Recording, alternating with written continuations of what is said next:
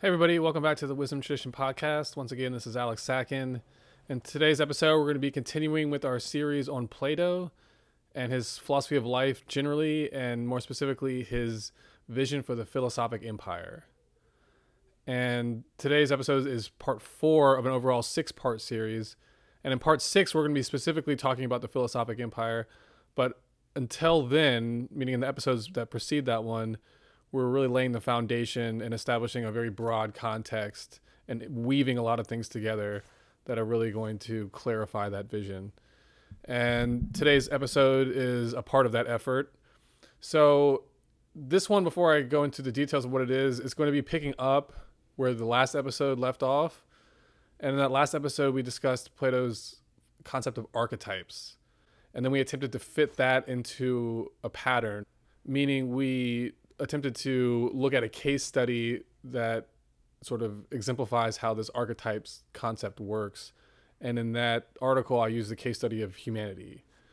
And so in today's episode, we're going to be picking up where we left off in terms of discussing an idea that humanity is designed and guided by an archetype. And so in that article, we looked at sort of the archetypal human being and this idea of the Manu and the Rishis. And in today's episode, we're going to be looking at Plato's account of Atlantis and then considering how this archetype idea applies to Atlantis. And then more specifically, we're going to be considering the idea that Atlantis sort of established the archetype of empire, that Atlantis was the first empire. And so in the rise and fall of subsequent empires within our modern age or our modern cycle, that this old archetype of Atlantis sort of repeats itself over and over again. And this idea of rise and fall of empires is now connecting us back to where we began this chapter with our discussion of sort of the history of Greece and the river valley civilizations and the sort of origins and evolutions of empire. So today's episode will be, as most of my episodes are, heavily based on Manly Hall's teachings. And in particular, we're going to be looking at one of his books. It's a small booklet, but very important. It's called Atlantis and Interpretation. And in that book, he kind of gives the key to how to unravel a deeper level of esoteric meaning that Plato encoded in his account of Atlantis. So the idea is that Plato sort of gave an account that somewhat captured an historical truth, meaning there was an ancient civilization or a lost stage of human history associated with a Atlantis or an Atlantean distribution. And but at the same time, this idea of archetypes then kind of comes into play, and we're considering how some larger spiritual themes that have to do with sort of mankind's motion from a spiritual to a material state, almost in the same way as the Bible talks about a fall from Eden. We're going to be considering that idea as being something that is encoded in Plato's account of Atlantis. So that's what this article is about, is unraveling these deeper esoteric layers of the Atlantis concept. But at the same time, we're going to be overviewing some of the historical information that Manly Hall provides and Helena Blavatsky also discusses in her work. We're going to be talking about the historical Atlantis, but also the symbolical Atlantis. So that's today's episode. And then before we get into the meat of it, I want to note that the previous article's discussion of the Arya, which is what our modern cycle of time is called, versus Atlantis, which is the idea of a previous cycle. All of that material that was in the previous episode, but also that we're discussing in this current episode, is also discussed in a different form in my publication that I put out last year called Atlantis and the Origins of Civilization. And it is basically a 40-page publication that I designed in kind of almost like a magazine style, meaning it's not so text heavy as the current articles that I'm doing, but it is something that is designed in a way that I try to make more approachable. But the material in this overlaps with what I'm discussing today and what I discussed in the previous episode, but at the same time, there's a lot of information that I haven't put into this chapter that is in this publication. So if this is a topic that you're interested in, and if Atlantis is something that you're interested in, then I highly recommend this publication. It's available. You can find a link on my website, but it's available at my e-store. You can get a digital copy for $6 or a hard copy for, I think it's around 10 plus shipping. but I only have a limited number of the actual physical copies. But definitely check that out if this is something that you're interested in, and it would be greatly appreciated. And so without further ado, I want to jump into today's article. Again, it's called Atlantis and the Archetype of Empire. And I have a short introduction that I'll begin with, and then we're going to jump into the first section, which is called The Historical Atlantis. Okay, let's kick things off with the introduction. As an initiate of several mystery schools, Plato was forbidden from directly or transparently revealing certain esoteric teachings in his public lectures and writings. As a workaround, Plato deliberately crafted his teachings so that they would simultaneously, quote, reveal and conceal the occulted knowledge that was protected and preserved by the priesthood of these schools. Thus, as Manly Hall explains, we find, quote, throughout Plato's writings hints of a secret knowledge and allusions to mysteries concealed from the profane. In our previous series on Pythagorean philosophy, which is actually part 5 of that series, this is one that I did just a couple months ago, we offered a case study on this dynamic that exists within Plato's teachings. So even though that series was on Pythagoras, I have a section that heavily talks about Plato. And in that section, which was on the golden section, I highlight some material that I originally was inspired by this philosopher named Scott Olson, who is a more modern figure and who has one of the best books on the golden section that I found. He contains in one of his unpublished papers, like a white paper, numerous quotes from Plato, and shows how these passages from Plato's writings deliberately can be shown that they reveal in a very concealed fashion or in a cryptic fashion, they reveal certain ideas that are directly related to the golden ratio. So, so that was a case study, sort of a proof in a way of this thing that Manly Hall is telling us here, which is that throughout Plato's writings, there are hints of a secret knowledge or an esoteric level of interpretation. And so in this article, we're going to be looking at another example or another proof of this idea that there are at least 2 layers to Plato's writings. And so in this article, we're going to be considering his account of Atlantis. So to pick back up with what I was writing here, in this article, we will cover another example exploring how Plato's teachings on Atlantis embed important esoteric teachings about the spiritual origins of mankind. As we will see, Plato's account embeds both historical and symbolical information about Atlantis, with the historical part referencing a lost age of human civilization and the symbolic part referencing the story of man's collective fall from a spiritual to a material state of existence. And so that finishes the intro, and let's just jump right into the first section, which is called Historical Atlantis. The descent of the Atlantis myth comes down to us predominantly from the writings of Plato, though references to a lost antediluvian civilization can be found in the ancient mythologies of cultures around the world. The backstory to Plato's teachings on Atlantis begin about 100 years before his birth, with a journey that the Greek statesman Solon made to Egypt around 600 BC. Solon was a famous Greek statesman who had, among his accomplishments, successfully brokered a debt crisis in Athens by outlawing usury and installing the rudiments of democratic institutions in Athenian society, thereby keeping the greed of the aristocracy somewhat in check. As Manly Hall describes, in the later years of his life, Solon visited Egypt and was nobly received by the priests of Sais. At his request, the Egyptians recited for him the ancient history of the Greek states. Their narration included an account of an expedition against the prehistoric Greeks attempted by the princes of Atlantis. The Egyptians' account of Atlantis and their war against the prehistoric Greek states passed down from Solon to his son Critias, who later accounted it to his grandson. This grandson later became a disciple of Socrates, through whom he met Plato and shared Solon's original account. Plato then incorporated the saga into 2 of his most famous works, Critias and Timaeus. The Timaeus contains the following summary of the account given by the Egyptians to Solon concerning Atlantis. Quote, "In this Atlantic island, a combination of kings was formed, who with mighty and wonderful power subdued the whole island, together with many other islands and part of the continent. And besides this subjected to their domination all of Libya as far as Egypt, and Europe as far as the Tyrrhenian Sea. And when they were collected in a powerful league, they endeavored to enslave all our regions and yours, and besides this, all those places situated within the mouth of the Atlantic Sea.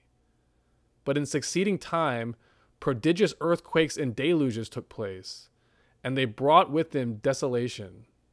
In the space of one day and night, all the warlike race of the Atlanteans was at once submerged under the earth, and the Atlantic island itself was absorbed in the sea, becoming entirely disappeared. So that is an account from the Timaeus that Plato offers, and I'm giving that via Manly Hall. Okay, let's continue. A fuller account of Atlantis appears in the Critias, which is another of Plato's writings, with the origin story and description of the Atlantean Empire described in further detail. Here, Plato tells us that under the inspiration of the Orphic deity Poseidon, and we're going to go in later on to discuss what does Poseidon represent from a philosophical standpoint.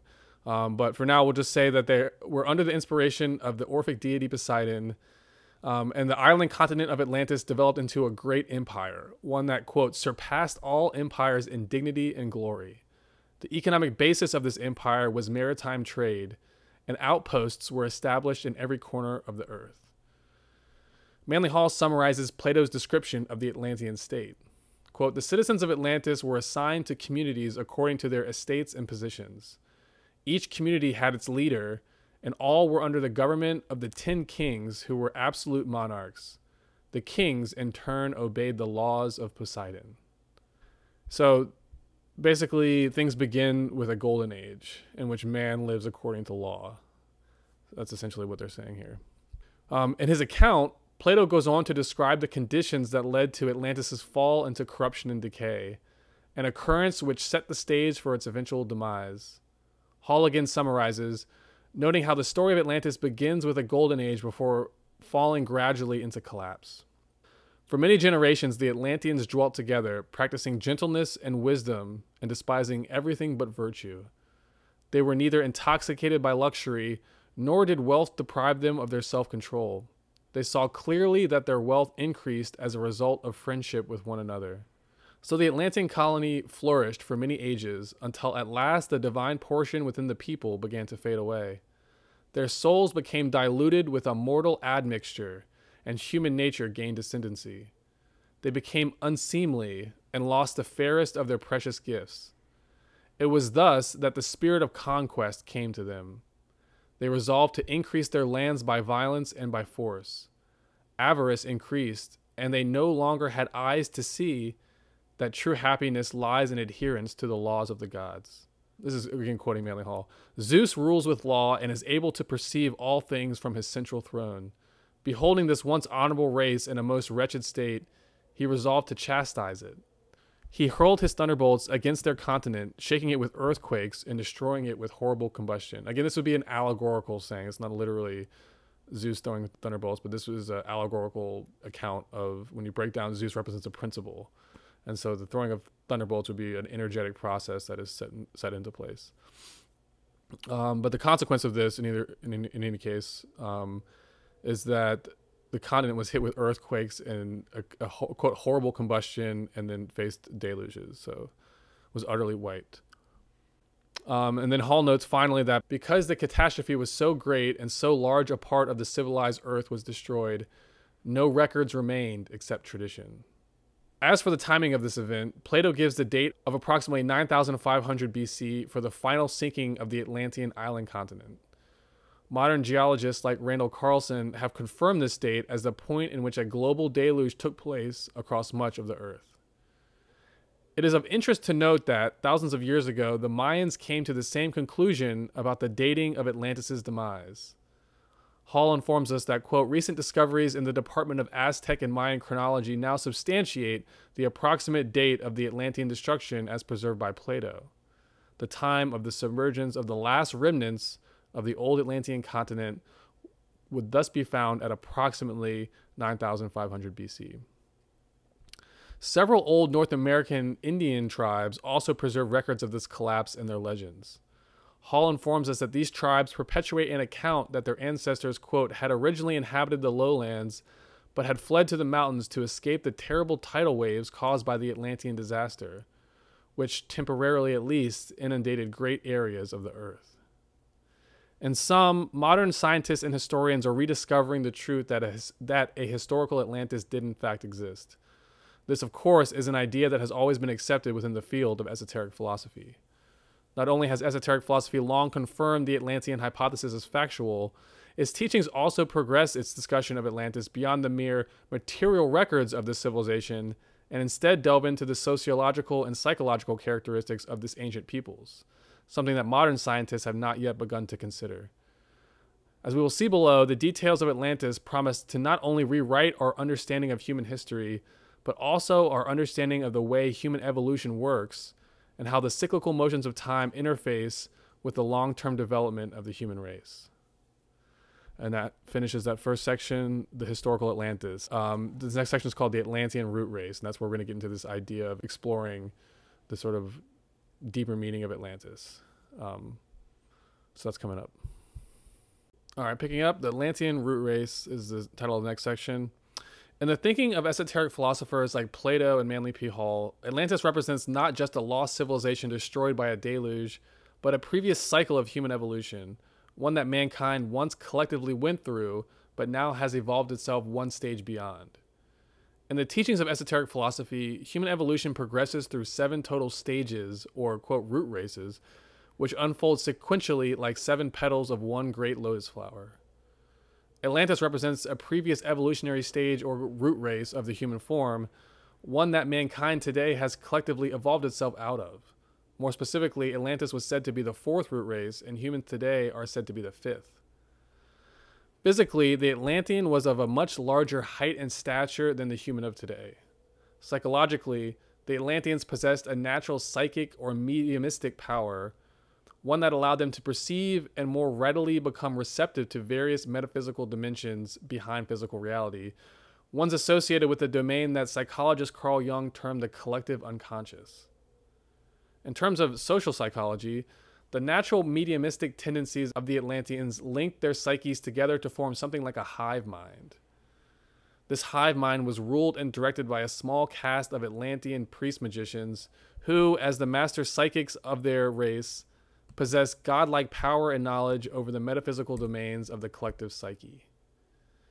These high priests governed their world empire through a globally interconnected network of state temple complexes that were politically and economically linked through a global trade empire based out of the Atlantean capital city, located on a now sunken island continent situated in the middle of the Atlantic Ocean. The global empire run from this capital city was economically and politically linked together through a complex trade-based economy with different world centers connected by globally interconnected maritime trade routes. In the golden era of this civilization, the Atlantean priests worked to civilize primitive tribes on their periphery. These tribes remained in a nomadic tribal lifestyle that was a remnant from a yet earlier and more primitive stage of man's evolutionary development. I'm talking about one that was before Atlantis, and this has to do with this idea of Lemuria, which is sort of the idea of like a Neanderthal humanity almost. But that was millions of years ago. Anyway, for more on that, that's covered in this Atlantis publication that I referenced earlier. But let's just move on. The records of primitive people's encounters with the priests of Atlantis were recorded in many of the ancient mythologies that have come down to us through time. Indeed, it is clearly stated in the ancient myths of numerous ancient civilizations from around the world that, in the earliest times, civilization emerged as a consequence of the vision and leadership of an elite caste of spiritual masters or gurus who came from a foreign land to become the Promethean civilizers of their peoples. Ancient myths come down to us from the perspective of the primitive tribes being colonized. The Golden Age, mourned in the mythologies of all ancient cultures, revere a time when a benevolent caste of sort of saintly teachers ruled over the infant souls of developing mankind as the shepherds of men. This is the age when quote, the gods walked with men, implying that society was ruled by advanced Atlantean initiates with godlike power and wisdom. These enlightened sages first brought civilization to primitive man and established initiatic cults termed mystery schools in each of the civilization zones they worked in. Atlantis was characterized by a paternalistic pattern of rulership, as there was a great gap in spiritual maturity and mental advancement between the Atlantean priest magicians and the more primitive body of humanity evolving upward on Earth at the time. Atlantis' elite caste of priests possessing godlike knowledge of how to manipulate the metaphysical dynamics of thought and energy ruled over the general population as parents do little children. Because of their advanced knowledge of how to control and manipulate the inner psychic dimensions of life, and because the populace in general possessed a natural mediumistic receptivity toward their psychic influence, the Atlantean priest magicians possessed a high degree of power and influence over the minds of the collective. So that's why I say that it's like a hive mind. It's like the principle of individuality was not yet really brought into maturity, and in fact, that's one of the main themes of our current cycle, is to develop and mature this principle of individuality. And so in Atlantis, that was lacking. So this idea of a caste system, and each person is sort of fulfilling their individual role on behalf of the collective, that was more prominent, that state of mind. And this is also a state of mind that we find as we go back in time and look at the earliest empires of this post-Diluvian period, the past 1,200 or 12,000 years. We find as we go further back that our more modern civilizations emerge, like the first states emerge as recreations of this archetype, meaning they're governed by the same basic pattern that Manly Hall is describing Atlantis as having originally been organized by. So this idea of a theocracy run by priests, and sort of the kings ruling by divine right, and sort of the populace governed in a very paternalistic fashion. All those things that we're talking about from the earliest states or sort of carried over from Atlantis. But over the course of history, going from those earliest states to today, we see gradually that changing. And so that's something that we're actually going to be talking more about in the next article. But anyway, just getting back to finishing up this current section on this idea of the Atlantean root race and how was their psychology and sociology, basically, how did that influence their civilization? The ancient mythological accounts that inform us of this golden age, again, this golden age of myth, seemingly referencing primitive mankind's encounter with these teachers who come in and basically install the basic foundations of civilization into peoples who were living in a very primitive pattern before. So the golden age of these early peoples tell us that in time, the Atlantean heroes, the teachers that came to them, departed from the primitive colonies that they helped establish, leaving the onus of leadership to an elite body of religious and state leaders drawn from the most advanced initiates of these early primitive tribes. So their intention was not to stay and continuously rule over these primitive people, but rather to be there for a time, establish the institutions, sort of show them the way, and then they depart. And the idea is that the leaders that they've trained are supposed to cultivate and maintain what they've established. But inevitably, the society as a whole isn't strong enough, or the leaders aren't strong enough, so they're only able to maintain it for a period, and then there's a fall. That's always the account that you see in these old mythologies, that there was once a golden age, and then gradually man falls due to his own weaknesses. So despite the best efforts of these appointed leaders, these early states each experienced a gradual demise before eventually collapsing for lack of strength, maturity, and experience. No longer inspired by the guidance of the spiritual giants who were their first teachers, these primitive peoples were not yet able to maintain civilization by themselves. In the meantime, Atlantean civilization fell, and consequently its priestly ambassadors failed to return to the colonies and early states they helped found. Primitive man was left to fend for itself and await the day a new cohort of teachers would come. This time, one's associated with the coming of a new age and world cycle, and this is the Arya. And that's the cycle that I talked about in the end of the previous article, this motion of the Arya and how that fits into this idea of an archetype. But anyway, so that's the end of that section. Again, that was called the Atlantean root race. And the next one is going to be going further into the teachings of what the fall of Atlantis, what characterized the fall of that empire. So that's coming up next.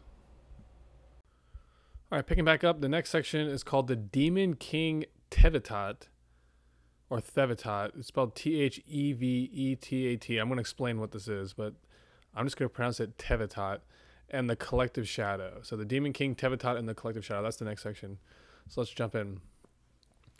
Two intertwined factors, the naturally mediumistic psychological tendency of the Atlanteans and their collective psychological integration as a hive mind, asymmetrically ruled by an elite caste of highly advanced priest magicians. So these two factors, the mediumistic psychology and the sort of paternalistic governance structure of Atlantean society, these two things come together to bring about the eventual decline and fall of the Atlantean Empire. When the Atlanteans kept to the laws of Poseidon, quote unquote, meaning the laws of their own world, the laws of their own existence, so when they kept to the law, they lived in a golden age. But gradually, the hive mind of the Atlanteans fell under the influence of an evil psychological influence, one which caused them to collectively depart from the ways of the gods and fall into corrupt behaviors and policies. In myth, the fall of Atlantis is associated with corruption setting in within the Atlantean population at large. The priest magicians of Atlantis, being the political and psychological center of this ancient order of civilization, are seen as being particularly culpable in instigating the events that led to this fall. In the writings of Helena Blavatsky and Manly P. Hall, the evil influence that came to plague Atlantean psychology is named Tevetat, or more specifically, the Demon King Tevetat. As Manly Hall describes, quote, Atlantis was ruled by the great king Tevetat, the mysterious spirit who ruled Atlantis from the air, unseen at any time, and whose agents upon the earth were the Serpent Kings, who carried his feathered scepter as a symbol of their regency. These Serpent Kings, quote unquote, represent the Atlantean priesthood. This priesthood was comprised of individuals who were born as natural psychics or natural mystics. This implies that they were not raised as initiates, but rather born with their psychic powers intact as a natural inheritance. So this gets now into the beginnings of why the Atlantean fall took place and how this demon king, quote unquote, came to gain control over the Atlantean people. And it has to do with this idea of being a natural psychic or a natural mystic or a natural medium, you could say. So as a medium, you become receptive to various psychological influences. And so this dynamic is part of what happens with the unraveling of Atlantis, but we're going to be exploring that as we go on. So Manly Hall describes the Atlantean priest magicians as natural psychics. They could see the invisible worlds and possessed in part the secret of functioning in them. And again, in part, they possessed in part the secrets, but it's the aspect of the secrets that they did not know or did not realize that they didn't know, that those aspects fed back into them and destroyed them, their own negative karma due to their own inherent ignorance, because they hadn't been raised as initiates. Instead, they were born with their psychic powers.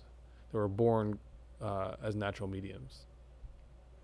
So so Helena Blavatsky explores this topic further in her book Isis Unveiled, where she tells us that the Atlantean priest magicians, quote, were born with a sight which embraced all hidden things and was independent of both distance and material obstacle. In short, they were the fourth root race of men mentioned in the Popol Vuh, whose sight was unlimited and who knew all things at once. They were, perhaps, what we would now term natural-born mediums, who neither struggled nor suffered to obtain their knowledge, nor did they acquire it at the price of any sacrifice. Unlike the initiates and adepts of the current root race, which again is called the Arya, who differentiate themselves from these Atlanteans that we're describing because they acquire their knowledge by degrees, learning at the same time to discern the evil from the good. In contrast to this, the natural-born mediums of Atlantis blindly followed, quote, again, Blavatsky, blindly followed the insinuations of the great and invisible dragon, the king Tevetat. Thus, under the evil insinuations of their demon, again, Tevatot, the Atlantis race became a nation of wicked magicians. So Tevatot possessed them through this mediumistic capacity that was born within them, but they, which they had as a natural inheritance, but that means they didn't fully understand the power that they had in the same way that you would if you had worked to develop it as an initiate.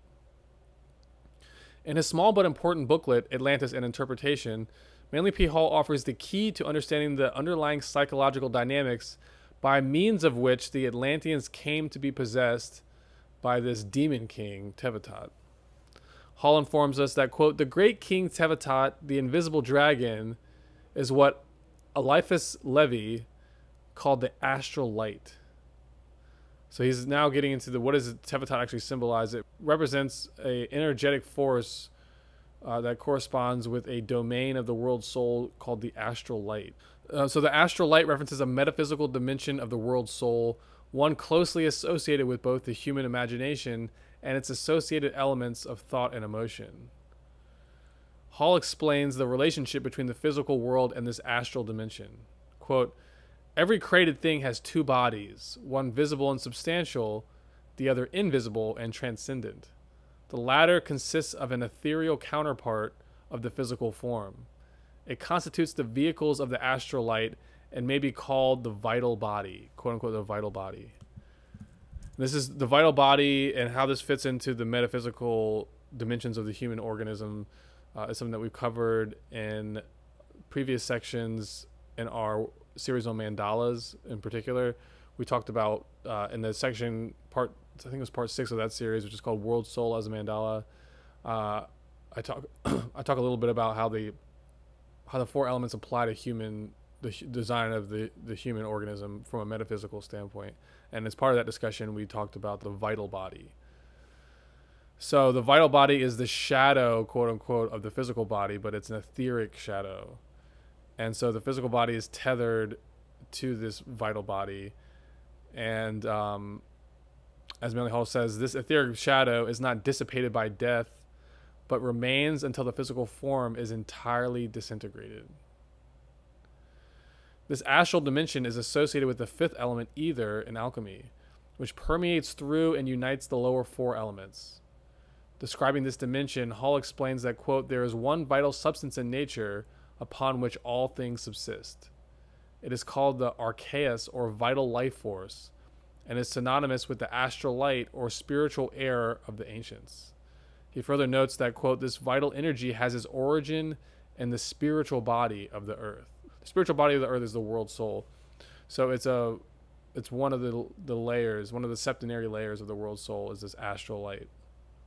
And it's the one directly above the physical plane.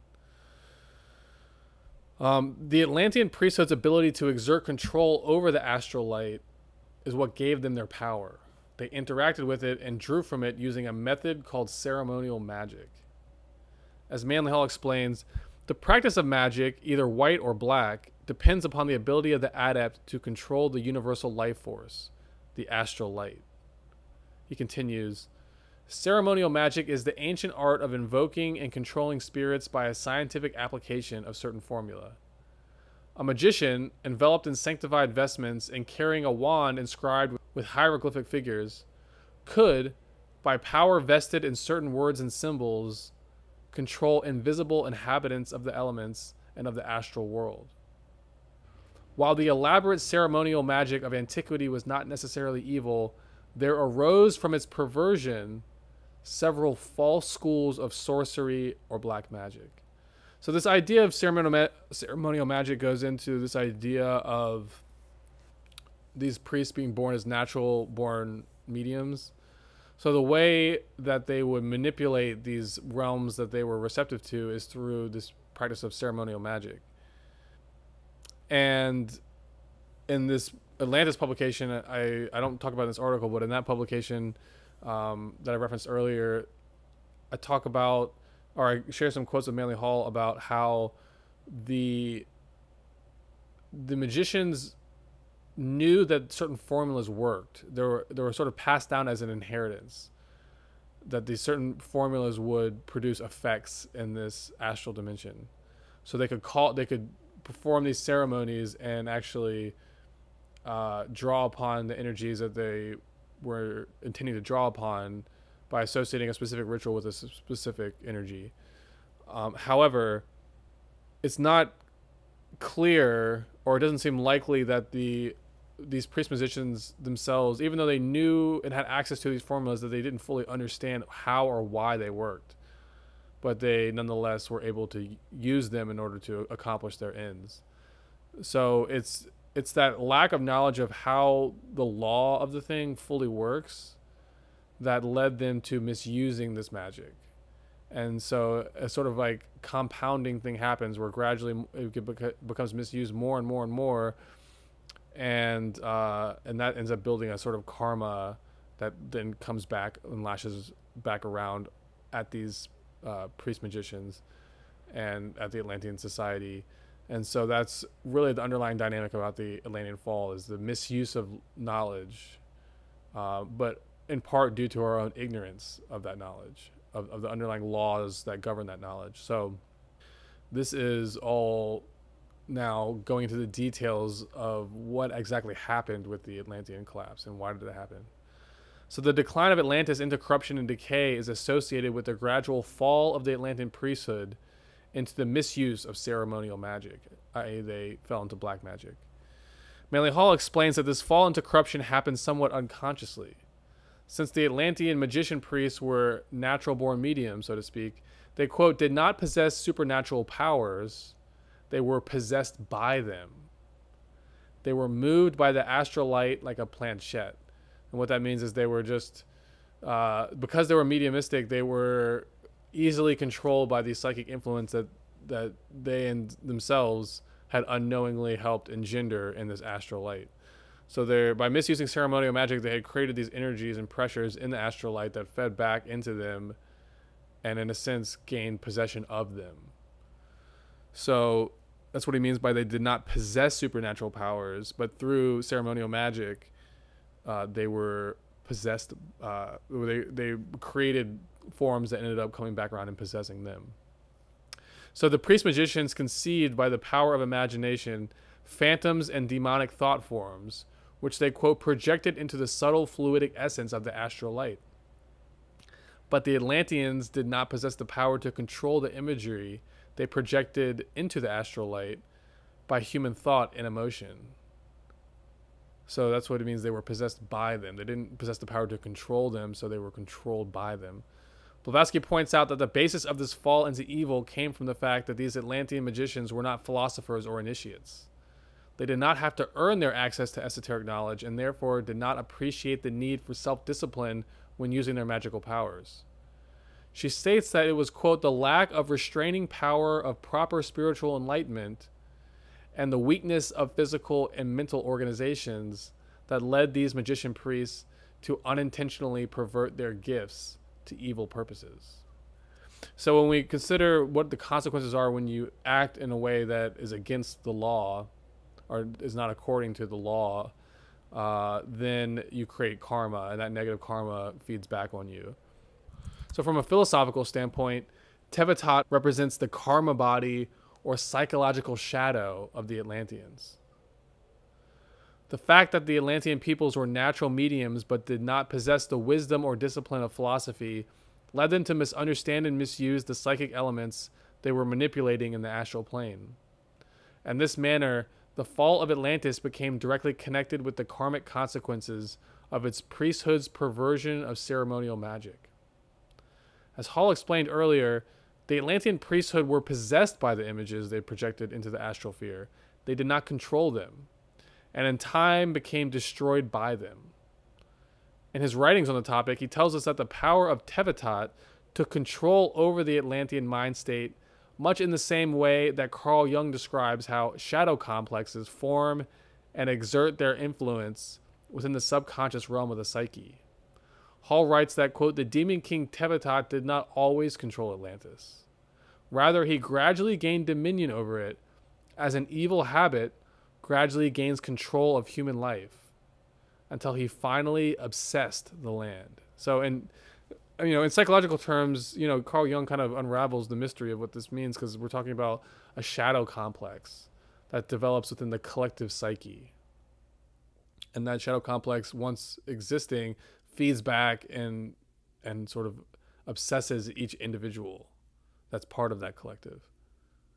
So that's what happened with Atlantis. The whole population became, because of their natural mediumistic tendency, they became receptive to the influence of this shadow complex that had been created within this astral dimension.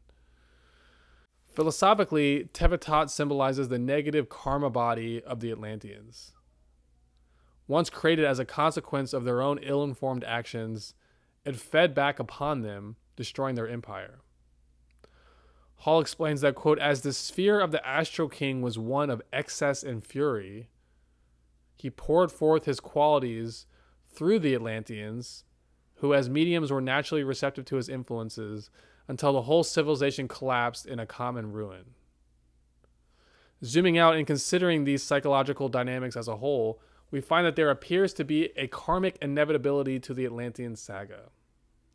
The Atlanteans' fall into black magic was not necessarily a conscious one.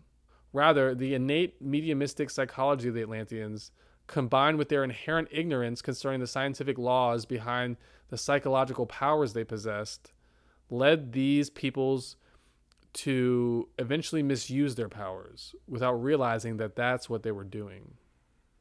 Unconsciously, the unnatural astral forms their priest magicians projected using ceremonial magic came back around and began possessing their creators, driving them towards self-destructive behaviors and obsessions. In the language of depth psychology, this is a dynamic we still find today with regards to shadow complexes. And I have another publication from last year called Psychology, the Science of the Soul, that goes more into shadow complexes. But these shadow complexes are negative psychic influences that we create and fuel within ourselves by allowing undisciplined patterns of thinking and feeling to perpetuate within our psyches. Like Tevatat, these unnatural psychic patterns that we create within ourselves feed back and haunt us, eventually bringing about our own demise, unless we first conquer them by facing them, bringing them to light, and overcoming the shortcomings in ourselves that lead to their perpetuation.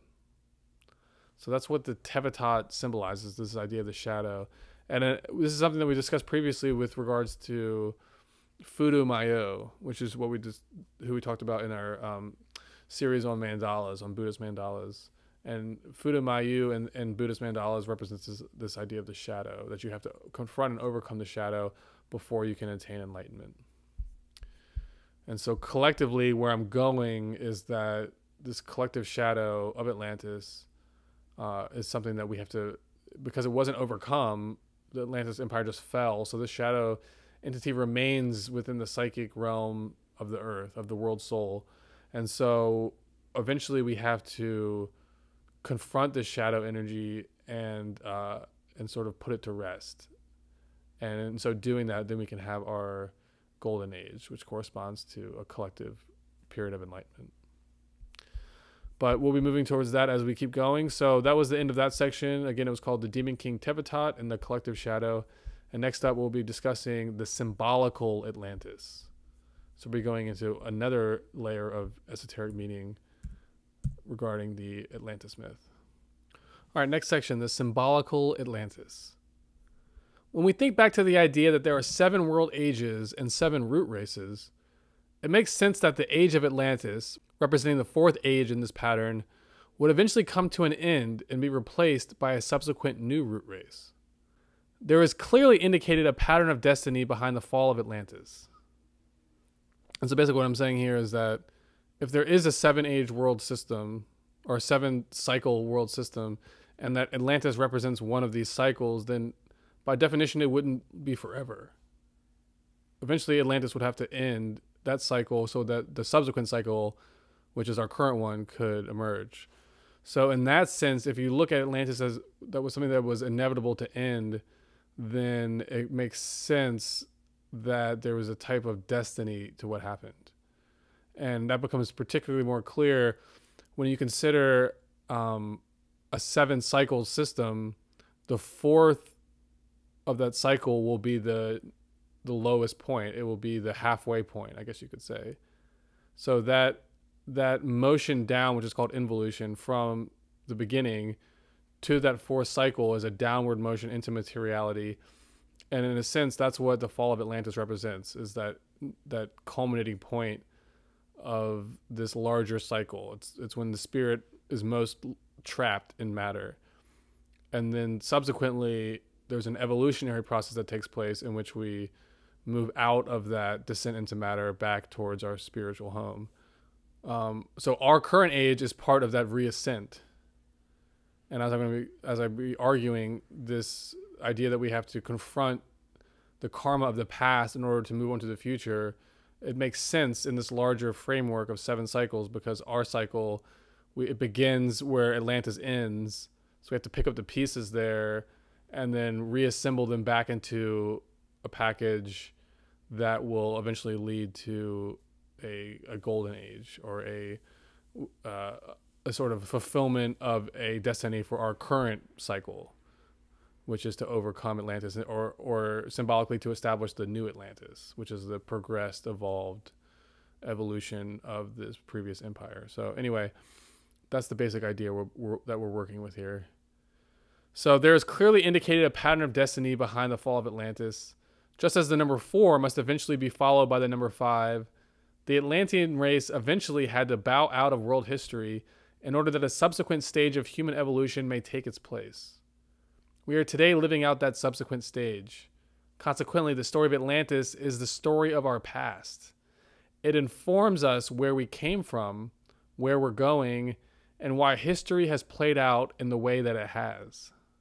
This pattern of thinking brings us to a second level of interpretation for Plato's teachings on Atlantis, one that moves beyond a literal historical level of interpretation in order to contemplate an esoteric metaphysical angle on the topic. In this second level of analysis, Plato uses the Atlantis story as an allegory that teaches, in a concealed fashion, esoteric philosophy's viewpoint regarding mankind's spiritual origins and destiny here on Earth. And so this origin and destiny has to do with this 7 cycle pattern and this descent and reascent of this sort of the spiritual soul into matter and then back out. As Manly Hall explains, in Plato's writings, there is a twofold Atlantis. There is the historical continent which sank in the Atlantic Ocean, and the philosophical content, an ingenious device by means of which Plato revealed and yet concealed the most profound arcana of the Eleusinian mysteries. For example, using a deliberately cryptic approach in the Critias, or his writing the Critias, Plato repurposes aspects of the Atlantis myth in order to embed an important esoteric teaching regarding the spiritual origins of man. In particular, his account of the fall of Atlantis contains certain elements that reproduce the esoteric teachings of the Eleusinian mysteries. Here we find Plato's Atlantis account revealing not only the truth of a lost stage of human civilization, but also important aspects of the creation myth taught in esoteric philosophy, particularly as it pertains to the metaphysical origin and destiny of mankind. So in the Eleusinian mysteries that we were just referring to, it was revealed to initiates the story of the descent of the human soul into mortal embodiment. This is the story that Plato, an initiate of the Eleusinian rites, cleverly conceals in his account of the Atlantis' fall. Manly Hall offers us a description of the esoteric symbolism. Manly Hall offers us a description of the esoteric symbolism of the Eleusinian rites. He explains that the core revelation concealed within these mysteries concerns the idea that, quote, this material existence to which most cling is actually the realm of the dead. As Plato affirmed, we do not go to Hades when we die, but when we are born into the physical condition of earthly existence. Describing the soul's incarnation into this material hell, so to speak, the Eleusinian mysteries taught its initiates that, quote, after drinking from the waters of Lethe, which is, these waters symbolize materiality. So after drawing upon materiality, the soul forgot its divine origin and the celestial regions from which it had descended. Imprisoned in flesh, the spiritual part of the human being dwelt in darkness, beset with a variety of miseries. The Orphic sect behind this mystery school further taught that, in coming to physical incarnation, human souls, quote, fall like seeds into the matrix of generation. And this fall happens out of the mystery of the Milky Way. Hall elaborates, and this is a lot of symbolic content in this quote, so I'll try to unpack it. Quote, arriving within the seminal humidity of the sublunary sphere, human souls become intoxicated with the effluvium of matter and take upon themselves bodies, by which process they die out of their spiritual estate in order to be born as physical beings. It is at this point that they enter the realm of Hades, which is this mortal world of life, death, and physical embodiment. Once ensnared in the matrix of matter, the soul cannot easily extract itself back out. As Hall explains, quote, even physical death cannot release the soul from the waters of Lethe, which again is the illusion of materiality. After physical death, those who have not released their minds by application to essential learning wander about in a shadow world of their own conceits, asleep in an unbroken slumber, until the current of Lethe, sweeping through the dark corridors of Hades, picks them up and carries them back again to birth. So that is the story of the Eleusinian Mysteries, and that is what was, or what is concealed in Plato's account of Atlantis. That's the esoteric level of interpretation. In psychological terms, the watery kingdom of Poseidon represents the metaphysical psychic body of the world soul, and by implication of the human soul as well, because the human soul is a part of the world soul. By contrast, Hades represents the material world and the physical body of man. So we have Poseidon as the psyche, essentially, particularly the unconscious, and then Hades represents the material world and the physical body. So Manly Hall informs us that Hades is actually, quote, the physical body of the sun in the solar system and the physical body of the planet in the planetary system. It likewise represents the physical part of all embodied life. He continues, quote, the descent of human consciousness or intelligence into material form is declared to be a descent into Hades. The physical life itself is the purgatorial sphere where spirits wander, exiled in the dark caverns of form which represent all the laws and bodies of physical nature. Birth guards the entrance and death the exit. All of nature must depart by the appointed gates. Thus, birth is truly death, and each man is locked within the sarcophagus of his own body. Here he must remain until he is liberated by the philosophic disciplines. Here we find, in this esoteric method of interpretation, that Atlantis takes on a whole new meaning. Here we find Atlantis not only referencing a lost stage of human evolution, but also a more abstract spiritual process in which the human soul as a collective descends from an initial subjective state, referenced by Poseidon, into a subsequent material one, which is Hades. So from the subjective to the objective is this fall from Poseidon to Hades. This pattern of descent is followed by a corresponding pattern of reascent, in which the soul gradually liberates itself from the bonds that bind it to material existence. In so doing, the soul returns itself to its natural spiritual condition, a return journey that evolution is gradually bringing us toward. In total, these two stages, down and up, or involution and evolution, form the twin aspects of one cumulative cycle of existence. Atlantis represents the halfway point of this cycle, where involution culminates and evolution begins. And that finishes that section. So that was once again called the symbolical Atlantis. And here we understand that Poseidon represents something of the collective psyche and the abode of the unconscious. And so that's where humanity, the idea of humanity begins. The archetype of humanity is held at this level of the collective unconscious, and it descends from this realm into Hades, meaning it's, in other words, it is projected from a subjective state into an objective state. So it becomes the idea that was originally conceived at the level of Poseidon is then manifested objectively as physical forms within the world of Hades. So this is a classic application of Platonic thinking. And we see that the foundations of this way of thinking are established in the Eleusinian mysteries, which Plato was an initiate of. So that concludes that section, and now we're going to be moving on to the next section, which is called the Philosophical Atlantis. All right, picking things back up. This next section is called the Philosophical Atlantis. So first we looked at the historical Atlantis and then the symbolical Atlantis. And then the philosophical Atlantis is building on this idea, the ideas that we discussed in the previous section on the symbolical Atlantis. So let's begin this section. Elaborating on the esoteric viewpoint overviewed above, Manly Hall informs us that, quote, Atlantis signifies a superior universe or higher world, possibly the one which descended into matter when the physical universe was created. This was the fabled Eden, or that antediluvian sphere referred to in scriptures. He continues, quote, here was the pre-Adamic world, not prehistorical, but pre-physical. This was the race of the shadows, an intangible creation abiding in the humid essences of the middle region. This middle region being the domain of Poseidon, the god of the water element, signifying the realm of the collective unconscious. In Jungian psychology, the collective unconscious is defined as a psychological realm ruled over by collective patterns termed archetypes. Atlantis originates in this subconscious realm, i.e. Poseidon's kingdom, as an archetype or divine idea pattern. This idea for Atlantis, initially conceived as an archetype, is then projected out into matter. Symbolically, this represents Atlantis' descent from the watery realm of Poseidon into the dense material creation of Hades.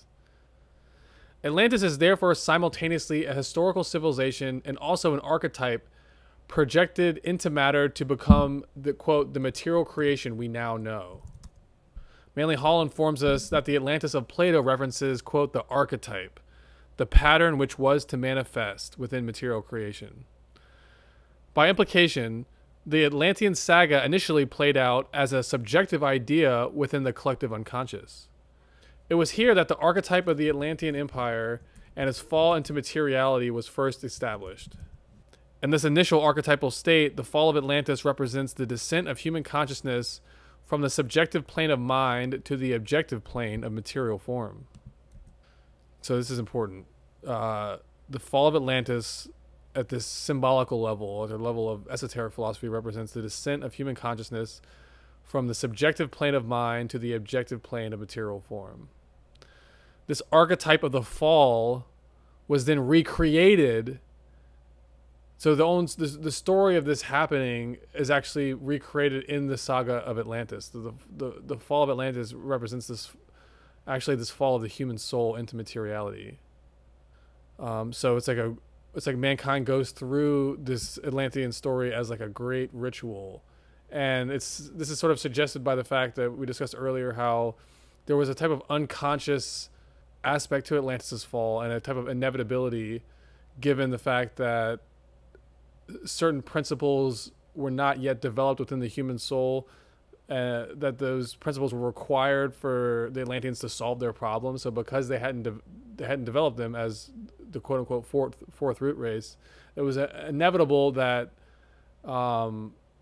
that their own self-destruction would take place. And then in our age, we're intended to develop those soul powers that the Atlanteans didn't have, or we didn't have as souls when we lived in Atlantis, with the idea being that the sort of collective humanity once was we were all once Atlanteans. So in that age, we didn't have the strength and the capacity or the maturity to extricate ourselves from that inevitable decline. But in this age, we develop those powers, and then we do save ourselves from this decline. So it seems as if we're going to repeat the cycle of Atlantis once more, but then we have to realize that we're not actually still in the Atlantean age. We're in this new age, and so we're not intended to repeat their destiny, but rather to carve out our own. And our own destiny is involved with overcoming this shadow, this collective shadow. So picking back up, from the standpoint of esoteric symbolism, Plato's account of the fall of Atlantis becomes something like the biblical story of the fall of man from Eden as a consequence of its succumbing to the temptation of an evil serpent, which is what Tevitot ostensibly represents. The fall of Atlantis can also be compared to another biblical allegory, that involving Lucifer. Manly Hall explains, quote, As the human soul descends into the physical body for the sake of experience and enters upon the tribulations of the flesh, so it was written that in ancient times a part of the angels rebelled and, growing proud, were cast from the heavenly light. The rebellion of the angels is the story of the lost Atlantis. Elaborating further, Hall writes, quote, "When the Atlanteans, the seminal souls, descended into bodies in their war with matter, they lost the memory of their own celestial origin.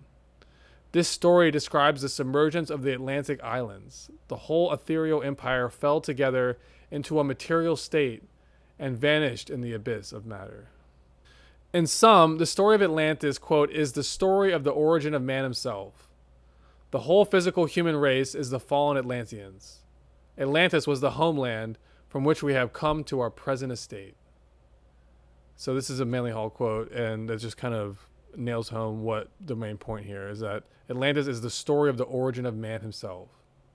Atlantis is the story of this evolutionary cycle reaching a culmination point, and then evolution takes over, and we're intended to be part of this evolutionary. Ultimately, we're meant to evolve past the shortcomings within ourselves that cause us to keep repeating this cycle of collapse. So like he says, Atlantis was the homeland from which we have come to our present estate. By implication, we were all once Atlanteans. As souls, we have graduated to our present estate, the fifth root race, only because we have already passed through the previous evolutionary stage of Atlantis, which was the fourth root race.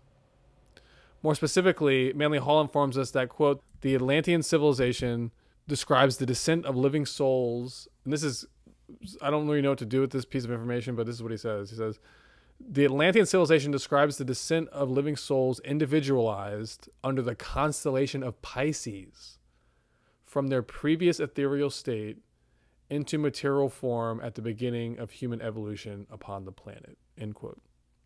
A reincarnation concept is directly implied. Atlantis died and has been continuously reborn as the past 12,000 years of human history. Today, this rebirth process is still taking place, with the unredeemed karma of Atlantis still hanging over us. The demon king Tevitot still plagues us from within our own unconscious. In this way, as Hall teaches us, quote, "the old Atlantis is not truly gone. It is now emerging through man. The civilization we are building today is the resurrection of Atlantis. The souls that descended into matter are now struggling to extricate themselves and are emerging gradually into the light of reason." What is implied here is that the karma of Atlantis remains with us today. As we learn about the evils that unconsciously possess the Atlanteans, we simultaneously learn about the nature of the evils that still unconsciously possess us today. This esoteric angle informs us as to why Atlantis inevitably succumbed to its own ignorance and how our current age is intended to right the wrongs of the past. When we learn that the Atlanteans fell because of a lack of physical discipline and understanding, we too are reminded that the evils that plague us today arise from the same causes: a lack of understanding and too much ignorance, superstition, and fear. And though philosophy is available to us today as a resource to help us overcome these plights, we do not use it. Consequently, we succumb to the same pattern of failure that the Atlanteans once succumbed to. In order to break this cycle, the answer should be clear what we need to do. And that's to resurrect this institution of philosophy as the mechanism by which we overcome this karmic pattern. So that finishes that section, and now we're going to move on to Atlantis and the archetype of empire. So this is the second to last section. So beginning, as discussed previously, the fall of Atlantis indicates the end of one phase of human evolution and the onset of another. Developments in that age precede those of our current one, and its legacy is stamped all over our history. According to Plato's account, one which modern geologists are now corroborating, when the Atlantean island continent sank, a catastrophic flood event or deluge resulted. It swept across the globe and threw a globally interconnected system of civilization into chaos and ruin. When the Atlantean civilization pattern fell, it was the home capital that was destroyed, not the entire empire. After the deluge, several peripheral Atlantean colonies and vassal states remained. In time, these would recover to become the seeds from which subsequent civilizations would emerge.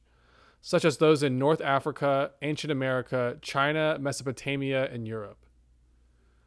Through these offshoot civilizations, key institutions from Atlantis would be carried forth into the New Age.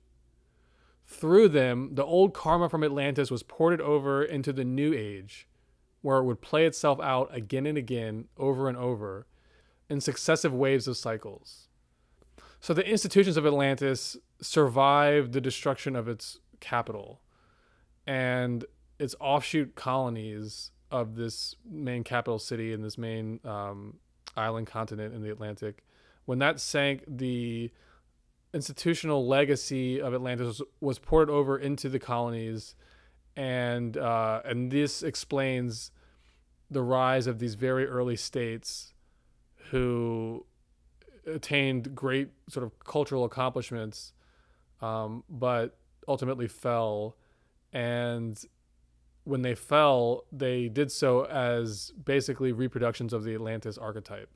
Because by installing the Atlantean institutions in their previous form, the psychological pattern and the sort of idea of a collective shadow has not been overcome. So the pattern remanifests itself again and again. So that's what we find in their own sort of unique ways in North Africa, ancient America, China, Mesopotamia, and Europe. We find the rise of early states. They reach great cultural attainment because of the greatness of a relatively small elite, which is ruling over a primitive sort of base, a very like primitive base. And so this is a very paternalistic era of governance. But the main idea is that pattern that we see in these early theocracies, these early states, is one that comes from Atlantis, and it's in this pattern of 10 kings and their priest magicians. So through these offshoot civilizations, key institutions from Atlantis would be carried forth into the post-Diluvian era. Through them, the old karma from Atlantis was also ported over, where it would play itself out again and again in successive waves of cycles. As human history descends down from the time of the deluge, we find all over the world the physical, social, and psychological legacy of Atlantis stamped all over. Consequently, it is impossible to rectify the patterns and mysteries of human history without reference to Atlantis, the archetype of empires. For example, the early civilizations of Egypt and Central America arose as direct descendants of Atlantis. They were founded by Atlantean survivors of the deluge who recreated within these offshoot civilizations the core institutions of their lost homeland. Each of these successor states rose to a glorious height only for a familiar pattern to emerge in which the sacerdotal elite responsible for governing the empire falls into corruption, black magic, and imperialism, with the empire as a whole eventually decaying into collapse. Having fallen without rectifying the pattern, these early states passed down the karma of Atlantis to their later descendants in the Axial Age. Empires in this later era also repeated the pattern of rise and fall, and they also met their ultimate demise without transcending the shadow that had plagued them. Consequently, this shadow was left to perpetuate itself in more recent versions of empires, meaning it will remain until we overcome it. Again and again, we find familiar themes involved with Atlantis' demise resurfacing across the face of human history. Overall, the fall of Atlantis established an archetypal pattern for the growth, maturation, and decline of empire. All subsequent empires that have ever emerged since Atlantis have done so as reproductions of its initial archetype, with Atlantis' themes of rise and fall dictating the destinies of countless states and empires over the course of over 10 millennia of human history. For example, in the first wave of post-Diluvian empires that we have consistent records of, these being the River Valley civilizations of around 4000 BC, which we covered in part 1 of this chapter, Atlantean elements and themes can readily be found. Given their close connection to Atlantis' legacy, it may not be surprising that in the rise and fall of these early post-Diluvian states, we find certain themes playing out that can be directly associated with Atlantis' historical arc. First, each of these early Atlantean successor states imitated its mother civilization's core pattern of governmental, religious, and economic institutions, with a theocracy ruling over a large state bureaucracy who oversaw a trade-based economy that united the core of the empire with its periphery. Here, the temple and priesthood supervised the administrative and bureaucratic functions of the state, while also serving as the advisory council to the monarch, who was intimately integrated with the state religion as one of its initiates. Second, each civilization resurrected within its state religion the core model of Atlantean religious institutions. Like the Atlanteans, these civilizations built massive monolithic temple complexes in which to host their religious rites and ceremonies. The priesthood, who governed these complexes, also oversaw the state mysteries, by means of which they gradually initiated new disciples into the sacred arcana of esoteric knowledge which they were in exclusive possession of. And third, in terms of drawing similarities between Atlantis and these River Valley civilizations, each of these successor states experienced a similar version of the Atlantean fall, with corruption taking root first in its priesthood before then moving in to infect the state and aristocratic castes of society. Ultimately, the loss of connection with God's laws is what causes each civilization's collapse. When civilization departs from the way of the law, gradually it begins to atrophy and decay, like a limb whose circulation has been cut off from the heart. The culmination of this decay comes when the empire moves into an extractive phase, where it seeks to enslave others in order to fend off the consequences of its own misdirected policies and behaviors. Empires at this stage inevitably meet the same fate that Atlantis met when it waged its ill-fated war against the prehistoric Grecian states, like we covered in the beginning of this chapter, or this section. In the oligarchical axial age empires that followed these river valley civilizations, we find the same Atlantean themes playing out in new, more dynamic forms of expression. Here, the model moves from monarchy to oligarchy, but the same basic themes are present. Tevitot, representing the collective shadow of Atlantis, was not destroyed when Atlantis fell, for his kingdom is the astral light, not the physical world. This karma body, as you might think of this Tevitot symbol, resides in the astral realm, and as such was ported over into our age, where it continues to plague those human souls who still make themselves receptive to it and allow themselves to be possessed by it. In the axial age empires, the legacy of this shadow entity restates its presence. As we explored in part 1 of this series, the axial age empires were dominated by an oligarchy rooted out of the horrific military coinage slavery complex. Empowered by mercenary armies, arms manufacturing, and mining operations manned by slaves, the oligarchs of this age attempted to expand the reach of their financial kingdoms outwards by coercing states to wage continuous war on their neighbors, ever seeking new tributes and riches to extract for the perpetuation of a never-ending war machine. For a time, the extraction model works, but inevitably it atrophies society from within, much like how Atlantean society collapsed after its rulership moved into an extractive imperial phase. Regarding Atlantis' initial mode of extractive empire, Manly Hall explains that, quote, about 10 or 12,000 years before the Christian era, the great cultural order of Atlantis was in the late stages of collapse. The kings of Atlantis had begun the process of conquering and ruling the world by force. As this was contrary to the will of the gods, a series of cataclysms began which destroyed the entire civilization. Subsequent empires, going up to today, inevitably meet these same ends. When the leaders of civilization fall under the influence of the shadow, or Tevitot, they always meet a similar fate. In each case, the same basic pattern is repeated. A civilization would emerge, mature, and attain great cultural achievements. Then, inevitably, Tevitot takes control, inspiring the culture to fall into decadence, perversion, corruption, and imperialism, before finally succumbing to collapse. Just as with Atlantis, these societies end up collapsing due to a decline in wisdom and virtue among the ruling elite, a loss of wisdom and connection to law among the priesthood, a rise in personal ambition and self-centered behavior among the populace, and a shift away from ethics and moral principles within the aristocracy and lower castes. Overall, a mood of materiality sets in within the culture at large. This sets the stage for other evils to take root and prosper. This was the trend in Atlantean psychology that brought about its destruction. It fell ultimately because the material aspect in human nature came to overwhelm its spiritual aspect.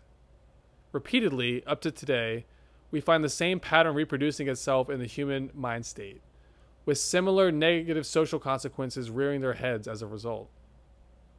The shadow remains, turning mankind against both nature and itself. This will remain the case no matter how advanced the complexity of the outer material circumstances of human civilization become, until we learn to control and discipline the unredeemed thoughts, emotions, desires, and habits that plague our inner life. We can expect the karma of Atlantis to continue to haunt us. And so this is making the case for philosophy, because what is philosophy? It's the institution responsible for guiding man towards the control and discipline required to center the thoughts and emotions and desires and habits, bring those into balance, and put them towards constructive use. And in so doing, you overcome your own shadow. And when you overcome your own shadow, you, in a sense, participate in the overcoming of this collective shadow. So this idea of the shadow is where we're going to go in the final section of this article. And that one's called Tevatat, the dweller on the threshold. All right, final section, the dweller on the threshold. Taking an outer or exoteric interpretation of the Atlantis myth, the demon king Tevatat appears as a villain, an inherently evil entity, a spiritual antagonist whose mission it is to corrupt and mislead man, guiding him to his own self-destruction. But when we move beyond a literal interpretation of this symbolic figure and begin looking at the Atlantis myth using an esoteric approach, as Plato did, we find that the spiritual nature of this evil antagonist, quote unquote, is not as it initially appears to be. According to the thinking of Plato and the esoteric schools more generally, what we consider evil is not a permanent or natural part of the universe. Rather, evil is a man-made creation, a temporary and relative aspect of experience that mankind manifests for itself as a result of its ignorance of the law. In relation to the law, man's purpose in nature is to go from an initial state of not knowing to a culminating state of knowing, which it attains through self-realization. In the beginning, existing in a primitive state of not knowing, mankind is forced to learn the law from experience and trial and error. The errors we make during this process accumulate in the world's soul as a karma body, so to speak, and from this karma body, they react back upon us. Not punitively, meaning just for pure punishment's sake, but rather as instructive devices so that we may learn from our mistakes. So it's like feedback. So we get the feedback so we can learn from it. And as a result of learning from it, we can course correct our patterns of thinking and behavior so that they align with the law. In this way, what we consider evil is the counter-reaction of our own mistakes reacting back upon us. These mistakes are built up within ourselves both individually and collectively through time, becoming the, quote, evil demons that plague and destroy us. These shadow demons are given life so long as we continue to feed them with our energy and allow them to grow unchecked. This idea of the shadow is a topic that we covered previously in our chapter on mandalas. Here we discussed it in regards to the Buddhist deity Fudo Mayu, who, like Tevatat, personifies the idea of a collective shadow. So now we're calling back to that series on mandalas that we did. A couple of the articles and episodes on that series were focused on the symbolism of Buddhist mandalas, and that's where we encounter Fudo Mayu, this idea of the shadow. So in Buddhist philosophy, the ferocious deities portrayed in their mandalas are not actually evil beings, but rather represent, as Manly Hall explains, negative psychic projections in ourselves fashioned from past karma, which have descended as an inheritance from a previous life. That's exactly the thesis that we're working with, because on a collective level, that's Atlantis. And that's this Tevatat demon. It's a psychic projection inherited from a previous life as a karmic debt, karmic buildup. This negative karma manifests as asymmetrical thought patterns and unbalanced emotional tendencies. These we perpetuate within ourselves by giving them our energy and belief. As Manly Hall explains, quote, when an idea takes form, it may be radiant or fearful in appearance. If an idea is destructive, its form must be asymmetrical. In Buddhist symbolism, these unredeemed asymmetric thoughts and emotions are personified as Fudo Mayu, this, quote, evil entity confronts the initiate as part of their quest to liberate the spirit from the body. Initiates encounter it as an experiential adversary that they must confront and move beyond. It appears to them from within their own subconscious for the reason that this deity personifies the false acceptances and attachments that one maintains within themselves and which bind them to the cycle of mortal existence. The only way the initiate can liberate their souls from the prison of matter is by first confronting and transcending the patterns of ignorance, fear, and superstition which keep them bound to the wheel of samsara, which is life and death. It is only in this manner that one graduates past the initiation of Furumayo, representing the negative karma of their own past. Regarding Plato's thinking on this topic, Manly Hall explains that, quote, Plato acknowledges no principle of evil. What appears to be evil is only a form of truth that we cannot understand, a single circumstance which we have not been able to fit into the general plan because of the inadequacy of our own understanding. Here we discover that evil actually arises from our own lack of understanding of the laws governing our own existence in this material world. We create karma when we act against the laws of creation. To create this karma, we don't even have to realize we are doing it. Inevitably, that which goes against law creates negative karma no matter what one's intention. Our own karma reacting back upon us creates for us the experience of evil. This is symbolically represented by the hells of Buddhism and the infernal regions of other religions. As Manly Hall informs us, these, quote, are not places, but states of the inner self. Plato was evidently aware of this fact, for he posited that men do not go to hell or Hades when they die out of this world, but when they are born into it. This is the Inferno of Dante, populated by ghosts trying to satisfy insatiable appetites of one kind or another. In short, we suffer because we continually set up false barriers between ourselves and the state of self-realization we one day hope to attain. These barriers are built by the evil trinity of ignorance, superstition, and fear. As long as we continue to be possessed by these negative behavioral attributes, we will continue to be confronted by Furumayo, the personification of our own unredeemed karma. It is our unnatural patterns of thinking and living that bind us to this world of illusion, in which we prioritize the individual material over the universal and spiritual. As Manly Hall explains, quote, life is forever wishing to reveal its unity, but man prevents this by setting up false standards of estimation and directing his own attempts to false ends. These false ends are what Furumayo or Tevatat personify. His monstrous or their monstrous forms are ever a reminder of the consequences of perversity. To move beyond false acceptances is to accept the idea that there is a law or archetype guiding the operations of the universe. To align one's thinking and actions with the motions of this archetype is to move beyond confusion and come into clarity. In so doing, one moves past the shadow of Furumayo, where they then discover the clear light of Buddha consciousness that lies beyond. In the thinking of Plato and others from the esoteric tradition, the existence of the shadow within ourselves is a necessary consequence of our own capacity for free will. Contrary to modern beliefs, our free will is not granted for us to do as we please, to exert our will over God's. Rather, our free will is confined to the choice of whether to obey or not obey the law of our own existence. The archetype for each human soul is already established in the heaven sphere. It is our task as evolving earthly beings to discover and manifest the archetype of that higher spiritual self within us. In so doing, we ascend the levels that go from not knowing to knowing and from ignorance to self-realization. The road to self-realization is one of gradually learning and discovering the law. Each must walk this road themselves, moving up each degree according to their own insights, accomplishments, and dedications. It is the role of the esoteric schools to facilitate this process, to guide God's great meditation to its ultimate completion, which it does by incrementally steering humanity toward the day of its eventual collective enlightenment. So the esoteric schools are the custodians of this evolutionary process of awakening.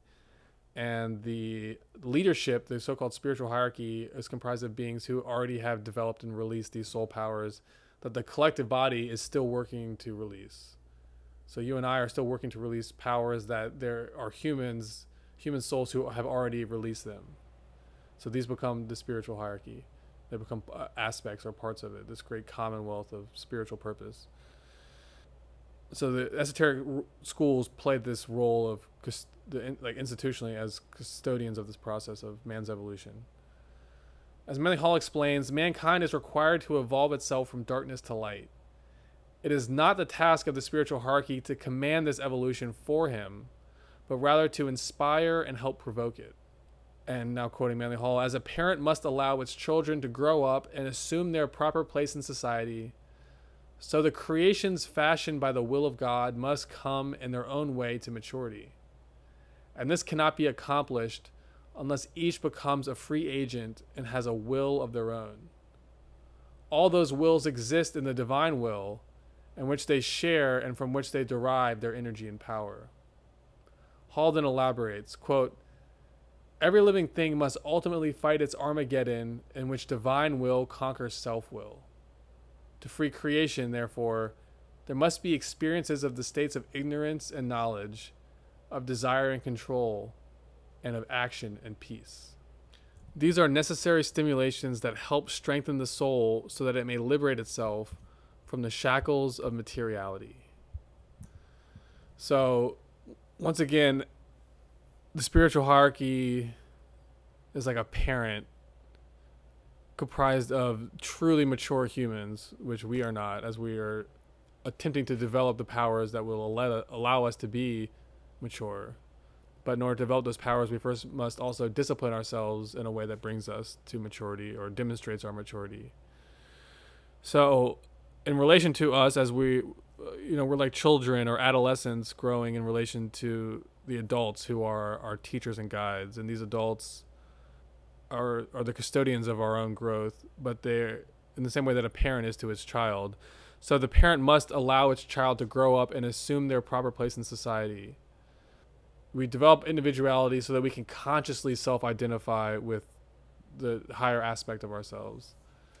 And that sort of represents the plan and pattern for our age, is to come to a sense of self-realization through this process of overcoming the shadow and connecting with the truest aspect of yourself, which is your own connection with God. So that's what the Atlanteans lost, and every time we lose it, we repeat the pattern of Atlantis. So the new Atlantis and the sort of destiny of our age is to create a world nation and a world civilization in which those truths are not forgotten, and that we live according to the law, and that we follow the divine will and not our own self-will. So that's the end of the article and also the end of the episode today. Thank you so much for sticking with it, and I hope this is informative and helpful to y'all. And stay tuned. There's 2 more episodes left in this series on Plato. So I'll see you guys soon. Thank you very much.